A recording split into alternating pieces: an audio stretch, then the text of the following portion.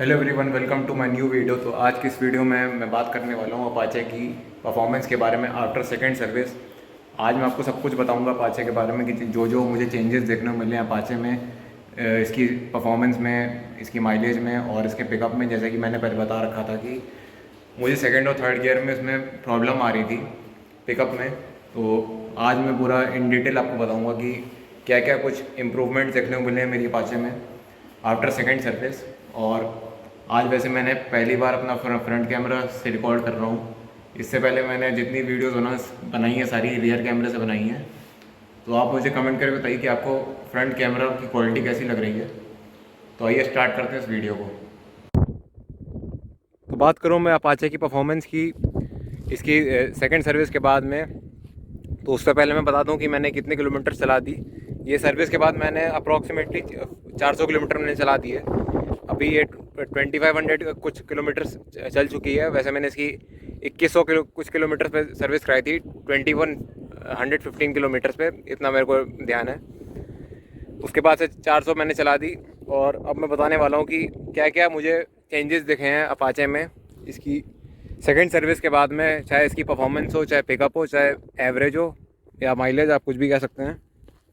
क्या माइलेज इसकी पहले से बढ़ी है या नहीं बढ़ी या वही है, आज सब कुछ के चीज़ों के बारे में बात करेंगे। तो आइए स्टार्ट करते हैं। सबसे पहले तो मैं बता दूं कि इसकी परफॉर्मेंस के बारे में। तो इसकी जो परफॉर्मेंस है वो, इसमें काफ़ी चेंजेस देखने को मिले हैं। जैसे कि मैंने पहले बताया था, इसके सेकंड और थर्ड गियर में मुझे प्रॉब्लम्स आ रही थी। ये पिकअप उतना अच्छे से नहीं ले पा रही थी। जैसे ये इनिशियली जब मैंने नई ली थी तब जो इसकी परफॉर्मेंस थी वैसी परफॉर्मेंस नहीं मिल पा रही थी इसमें। अब सेम टू सेम वैसी मिल रही है।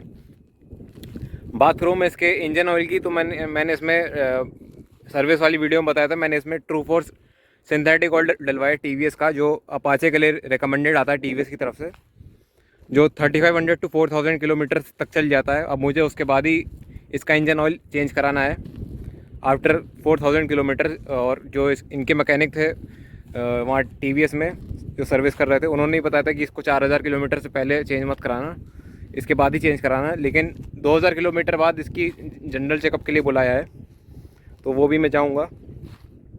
तो ये बात होगी परफॉर्मेंस की। परफॉर्मेंस में अब इसकी कोई कमी नहीं है, पहले से काफ़ी अच्छी चल रही है। एग्जॉस्ट साउंड भी इसका काफ़ी सही हो गया है पहले से।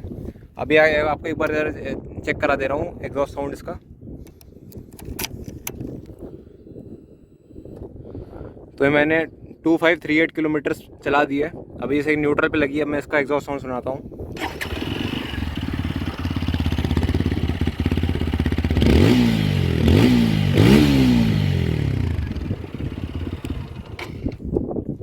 तो आपने सुन लिया होगा इसका एग्जॉस्ट साउंड, काफ़ी इसमें चेंज देखने को मिला है एग्जॉस्ट में, क्योंकि इंजन ऑयल सब कुछ चेंज हुआ है, फ़िल्टर विल्टर।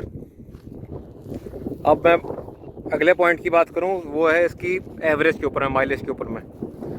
तो मैं आपको बता दूं कि मेरी सेकंड सर्विस से पहले मुझे माइलेज देती थी 42-43 KMPL का, 42-43 का। वो भी मैंने टैंक टू टैंक बिल्कुल चेक किया, एक्यूरेट, जैसे माइलेज टेस्ट जैसे करना भी चाहिए, जैसे बाकी लोग भी करते हैं। उसमें इसने मुझे 42-43 KMPL की एवरेज दी। मतलब इसकी फर्स्ट सर्विस के बाद से बात करूँ तो माइलेज में काफ़ी इंप्रूवमेंट्स देखने को मिले हैं इसकी। पहले ये इसमें टीपे सेंसर की प्रॉब्लम थी, तो उस वजह से ये 30 की एवरेज भी नहीं देती थी। उसके बाद जब फर्स्ट सर्विस हुई, इसने मुझे 37-38 की दी। उसके बाद में फिर 42-43 पे आ गई। फिर जब ये इसकी पिकअप में जब प्रॉब्लम आई थी, तब ये इसकी माइलेज थोड़ी सी ड्रॉप हो गई थी, 40 तक दे रही थी, 40-41 तक। तो अब बात करूँ मैं इसकी माइलेज की, जो मुझे सेकंड सर्विस के बाद में मिली है। वैसे मैंने एक चीज़ बता दूं कि मैंने जब इसकी माइलेज टेस्ट करी थी तो इसने मेरे को शॉक कर दिया था। इसने मुझे इतनी माइलेज दिखा दी थी जब मैंने कैलकुलेट करा था। जब मैंने फर्स्ट सर्विस के बाद में इसका जब टैंक पूरा रीफ़िल कराया, तो उसके 5-6 दिन बाद ही मैंने देखा इसका पेट्रोल बहुत जल्दी जल्दी ख़त्म हो रहा था। मतलब जो इसके बाहर से पेट्रोल के वो हाफ पर आ गया था। तो मैं कहूँ कि ये क्या हो गया, कहीं पेट्रोल पंप ने कहीं स्कैम तो नहीं कर दिया, क्योंकि मैंने दूसरे पेट्रोल पंप से डलवाया था। और कई बार क्या होता है कि पेट्रोल पंप वाले थोड़ा बहुत स्कैम कर देते हैं कुछ मिला करके। और मैं इंडियन ऑयल से डलवाता हूँ। तो जो मैंने जिस पेट्रोल पंप से डलवाया था वो दूसरा इंडियन ऑयल था।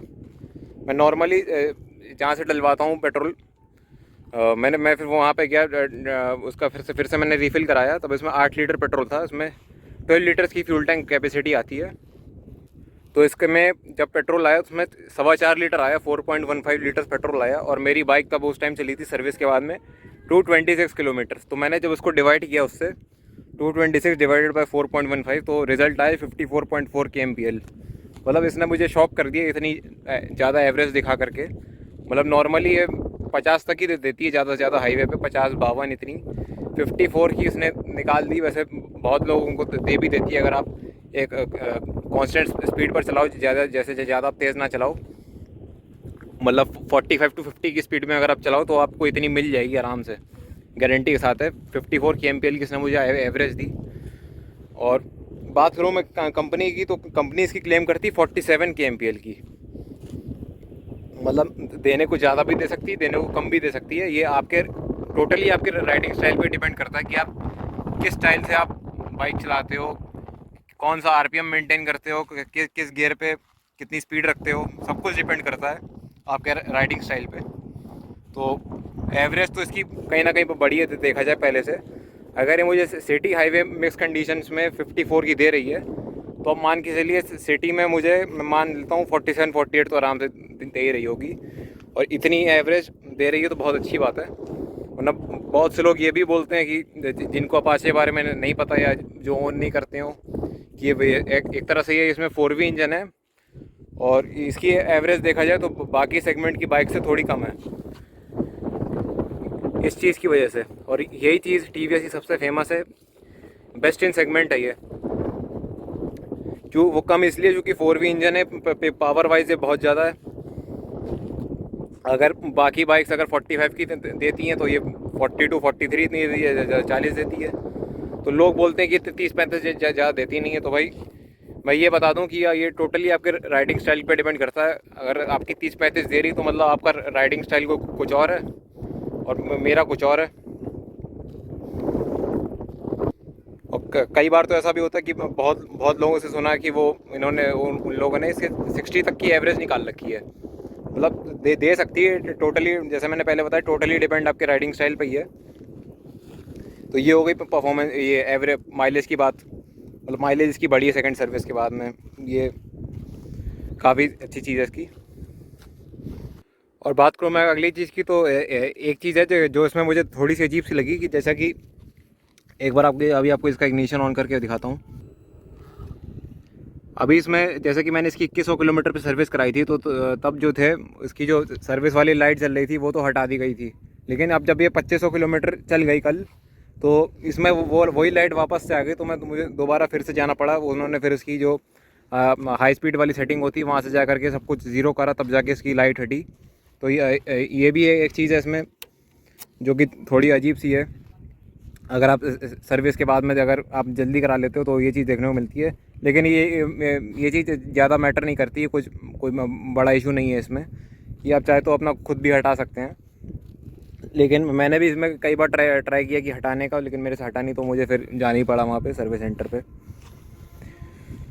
और जो मैंने इसमें इंजन ऑयल डलवाया था सिंथेटिक ऑयल था। वैसे मेरे पास एक और ऑप्शन था कि मैं इसमें वो नॉर्मल इंजन ऑयल जो आता है इनका, वो भी मैं डलवा सकता था।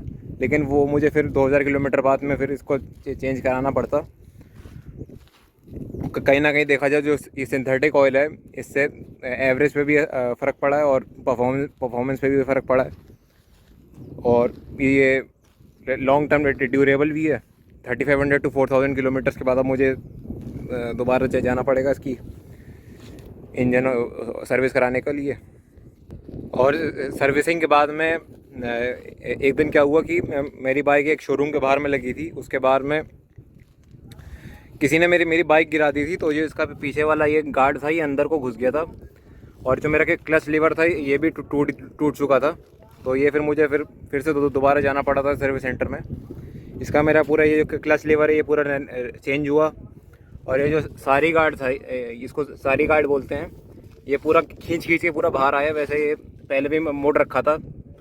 जब ये बाइक एक बार बारिश में गिर गई थी कीचड़ में, तो पूरा ये बेंड हो चुका था। फिर ये मेरे से जितना सीधा हो सका तो मैंने उतना किया।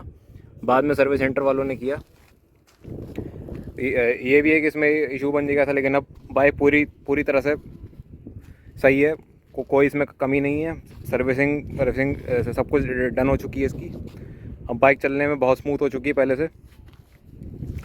टोटली टनाटन full satisfied with TVS after sale service. और जो इसका एक क्लच लीवर था, ये मुझे मिल नहीं रहा था सर्विस सेंटर पे, तो ये मुझे दूसरी वर्कशॉप पे जाना पड़ा, वहाँ पे मेरे को मिला है। मतलब उनके यहाँ मिल रहा था, लेकिन इसकी पूरी असेंबली मिल रही थी और मेरा सिर्फ क्लच लीवर टूटा था, तो मुझे खाली यही चेंज कराना, तो पूरी असेंबली चेंज कराने का कोई सेंस नहीं बनता था। और मैं इसकी कॉस्ट की बात करूँ तो ये मुझे पड़ा है 114 रुपीज़, और अलग से 60 रुपीज़ लेबर चार्ज के, तो अराउंड टोटल मुझे वो 170 रुपीज़ पे करने पड़े थे। तो यही थी मेरी आज की वीडियो, जिसमें मुझे बताना था कि TVS की आफ्टर सेल सर्विस कैसी थी, और इससे मैं पूरी तरह से सेटिस्फाइड हूँ। और जो मेरी बाइक की परफॉर्मेंस है वो भी अब पहले से काफ़ी अच्छी हो चुकी है, एवरेज वाइज भी ये सही है, और बाइक पहले से काफ़ी ज़्यादा स्मूथ चल रही है। तो मुझे एक तरह से इसका रिव्यू देना था कि आफ्टर सेकंड सर्विस इसकी परफॉर्मेंस कैसी है, माइलेज कैसी है। तो यही थी मेरी आज की वीडियो। अगर वीडियो अच्छी लगी हो तो वीडियो को लाइक करें, कमेंट करें, शेयर करें, और इसी तरह की इन्फॉर्मेटिव वीडियोस देखने के लिए चैनल को सब्सक्राइब करें। Thanks for watching.